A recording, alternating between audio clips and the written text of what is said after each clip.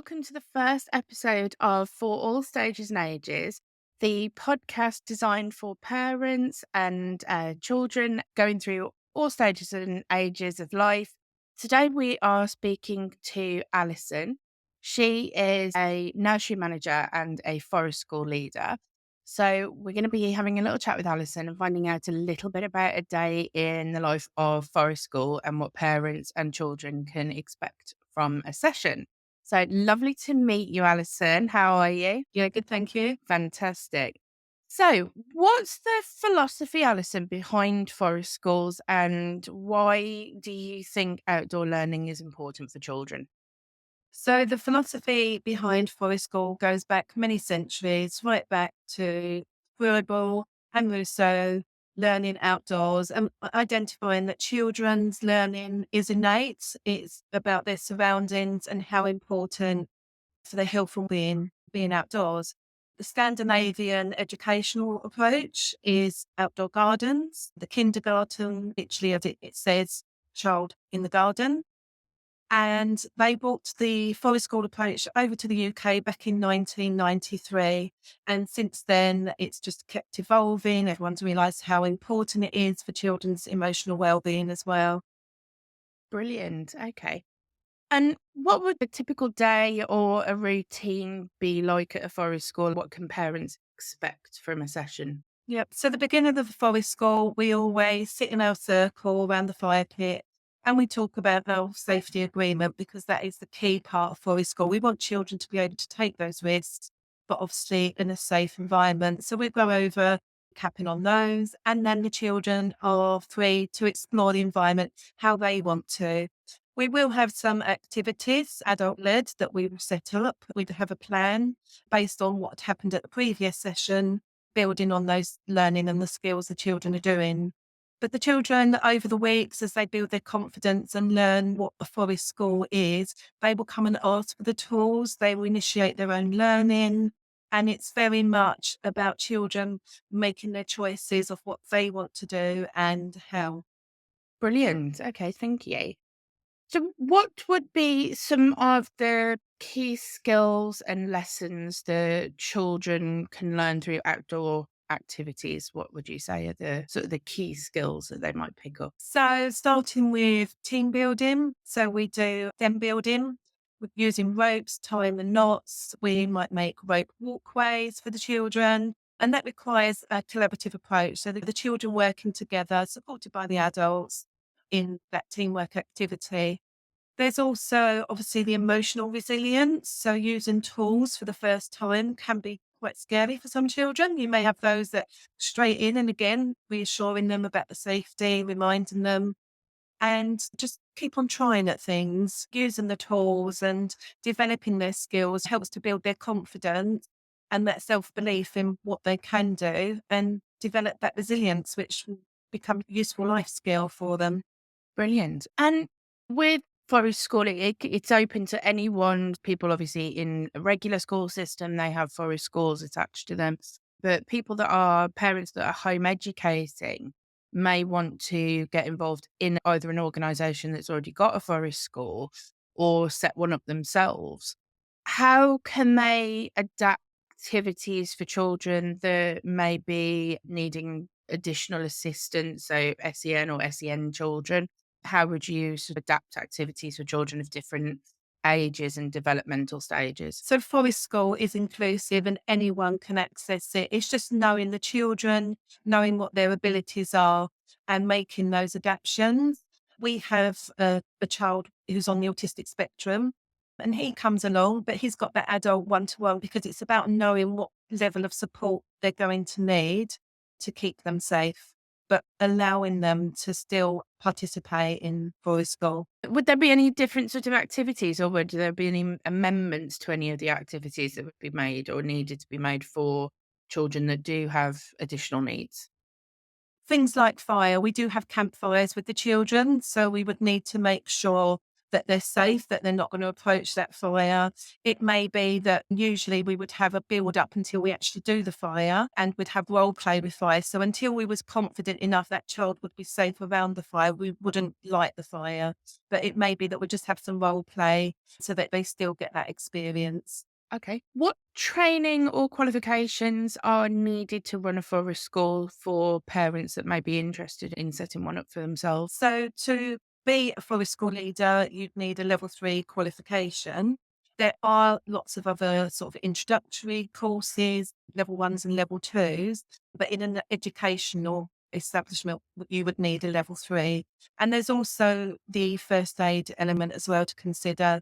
There is a nursery manager. I have a paediatric first aid certificate, but I also have a specific forest school which is a 16-hour certificate because it will cover things to do with the outdoor elements. Things like if someone got hypothermia, accidents with tools, which you're not necessarily going to cover in the paediatric first aid. And you've mentioned the safety. That's a big thing in forest school because you're outdoors. How can parents and forest school leaders ensure safety for children in an outdoor environment? How can you control that specific area that you're in? So it's allowing children to take risks, but obviously the forest score is assessed. What we don't want to do is to take away the benefit. So it's doing a risk benefit analysis, because actually, if we take away all the risk, what benefit will that be to that child? Because they're not going to learn how to make informed choices. But absolutely, it's making sure that they're shown, having that agreement at the beginning of every session, recapping those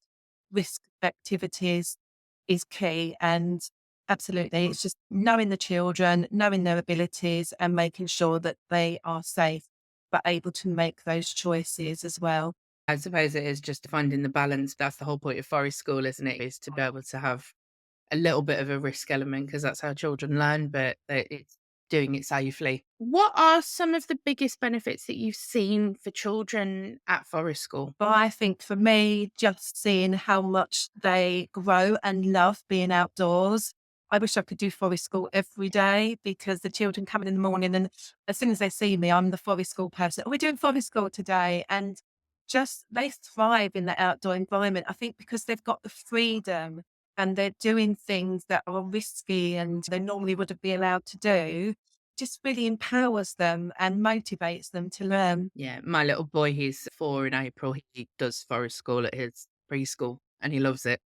He loves being outside, so I think it's great. How does forest school complement traditional schooling or differ from traditional schooling? Is there any key elements there? So, being in early years, it's very much child centered. And that is exactly what forest school is all about, the child and their learning. Being in an education environment where it becomes more formal, having those forest school sessions makes it more, gives them that respite from the classroom environment. It gets children outdoors and it's good for their emotional resilience, their regulation, self regulation. So, whether you're in early years or in a school setting, just getting those children outdoors and making those connections with the environment is just so good for their emotional well-being, and just giving them a break from the day-to-day classroom. Great. And I know you've touched on the emotional well-being, and obviously with the risk factor being a developmental sort of stage that children have to go into. How does being in nature and doing hands-on activities support the different areas of child development? Physical, cognitive, social, emotional? Starting with the physical development, children climbing trees. So how amazing is that? And just getting that different perspective of the world from up high and the different viewpoints. Emotional resilience. It doesn't matter if we don't succeed the first time, because we're just all going to keep trying. And that's what we want for children. We want them to know it doesn't matter if we don't get it right the first or second time. It's that positive disposition to the learning that they're doing. Emotional well-being, just being outdoors in the different seasons, experiencing different weathers, the different learning topics that can come along with that as well. It's just endless. I've seen learning happen that I didn't even expect to see, because children will just take it in their own direction. Yeah. And have you noticed any major changes in children's confidence, their ability to self-regulate after attending forest school for a set period of Yeah. time? I think sometimes for children, it's the unknown. So when we first introduced forest school, this is the children's safety net, and this is where they used to come in. So there was a couple of children that, oh, no, I don't want to do forest school. But actually, as they started to go week by week, they were asking me when they were going to forest school. I also had a child who was selective mute and very quiet in the classroom, but the parents would say at home they weren't concerned, he would talk. And actually, once he got outdoors and he was doing the bug hunts and the language just tumbled out because he was in an environment where he felt comfortable. It was things that he loved and he knew. So he was excited to share that with us. And I think it is just that you may have a plan and you may think, right, this is the direction it's going to go in, but actually children have their own ideas. And I mean, they're just inspirational to watch. They do things you just think, I would never thought of doing that. So it's a really important part of observing children is to sometimes just sit back and watch what they want to. Yeah. Yeah, I took my little boy for Easter last year and they were making a den. And rather than making a den, they decided to make a rocket. They were still doing what they needed to do, but to them, in their head, it was a rocket, not a den. So, obviously, going on to that with the vivid imaginations, what's one of the most creative stories that a student has invented while playing outdoors in forest school that you can remember? We love mud. We love getting muddy and jumping in puddles.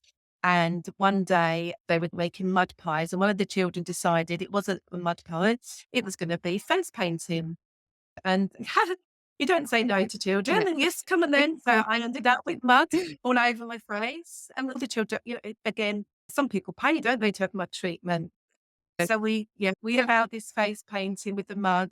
But of course, being in a woodland, there's nowhere to wash it off. So by the time we got back, we had stained orange faces for the day.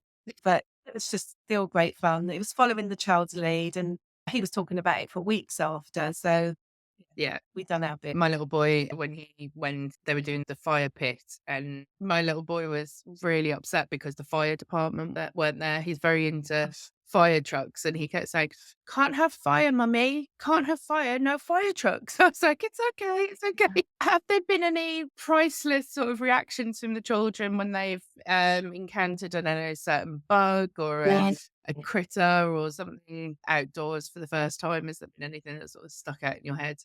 For me, something that was really heart touching is every time we go to the forest school and we enter, we have a big grandfather oak tree. And we always respect our woodland and we ask the grandfather tree to give us a sign that it's okay for us to come in. And normally we just watch and a leaf might fall, the branches will wave to us.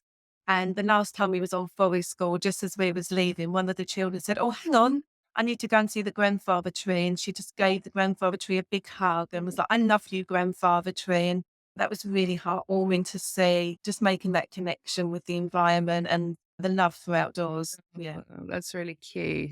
And how do you, as a forest school leader, how do you involve and educate parents about forest school?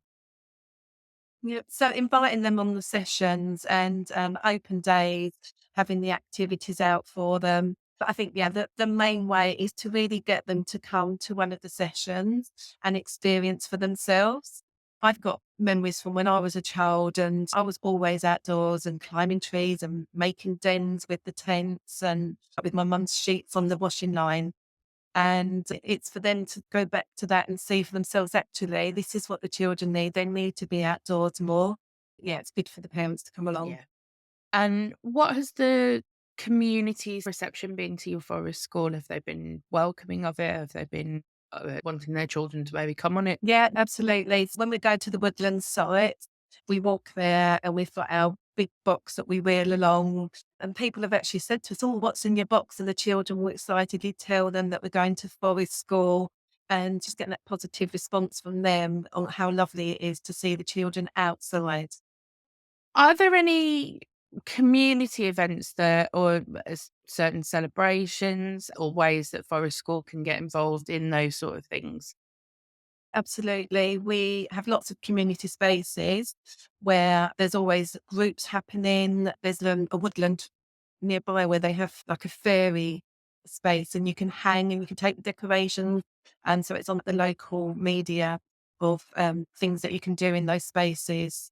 But for us, when there's community events like that happening, it's just really just getting everyone involved.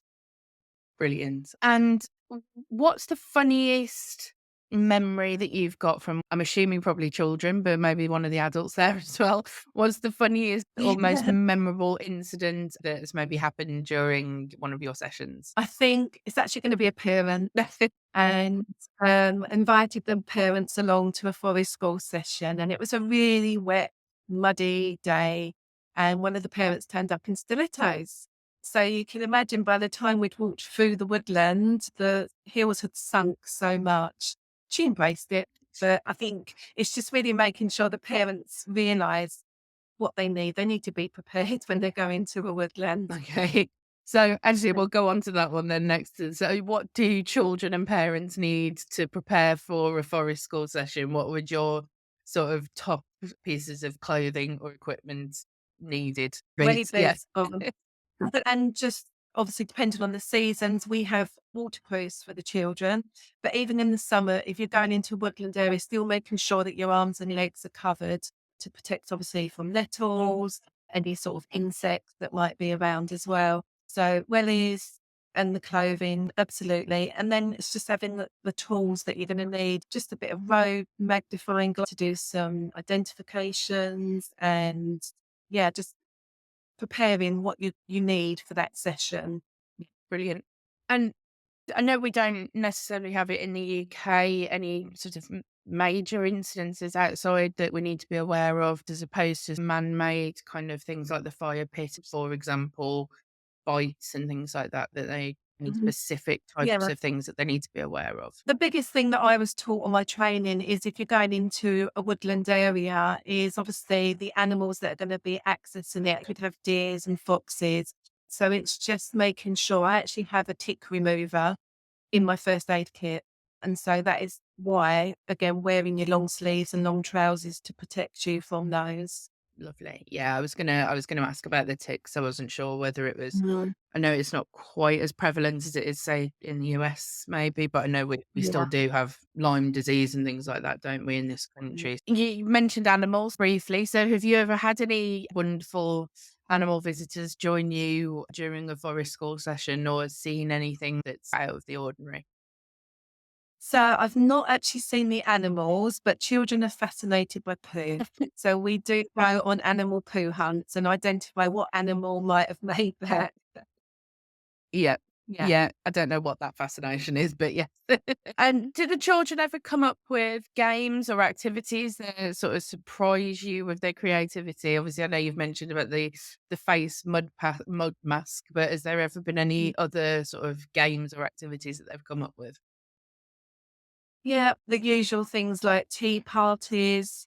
I did an activity recently with them where we use like a flint strike to light the fire. It's a dragon sneeze, and the dragon sneeze has caused a fire, and all the fairy houses are burnt down. So I set them the task to go and build their fairy houses, and actually they evolved it so much. These fairy houses had ladders and beds and gardens, and they really did use their imagination to develop it. Yeah. It's wonderful, isn't it, really, when you can see them actually coming up with these stories and things in their head, and you forget when you get older, you forget how to do that, I think sometimes it's It is. yeah, it just It's the little things. yeah, definitely. And just to finalize then, have there been any moments where the roles have been reversed and the children have taught you something rather than you teaching them something? Yeah. So most sessions, the children are telling me what they want to do. And we were making a mobile, like a hanging mobile, tying sticks and leaves. And actually, the children wanted to make a frame instead. So they were telling me what they wanted, tools they wanted, and then we made a frame. And then we was all posing, having our pictures in the frame as well. So, yeah, children just have their own ideas in play all the time. Yeah, 100%. Alison, that's really interesting to hear all of that information about Forest School. And I know some of the parents out there will be very grateful that you came on and have told us a little bit about Forest School. Is there Yeah. anything that I haven't asked that you wanted to add that maybe for parents that they might need to know? I think also just pointing out that forest school doesn't only benefit the children, it benefits the adults. So I always try to take different adults with me because just being outdoors supports their emotional well-being too. Everyone needs to be going out doing forest school. Parents with their children, you're all going to benefit from it. Lovely. Thank you very much, Alison. Really appreciate you coming on. And that's our first episode of For All Stages and Ages. And hopefully you will join us in the next one. Thank you. Thank you. Bye.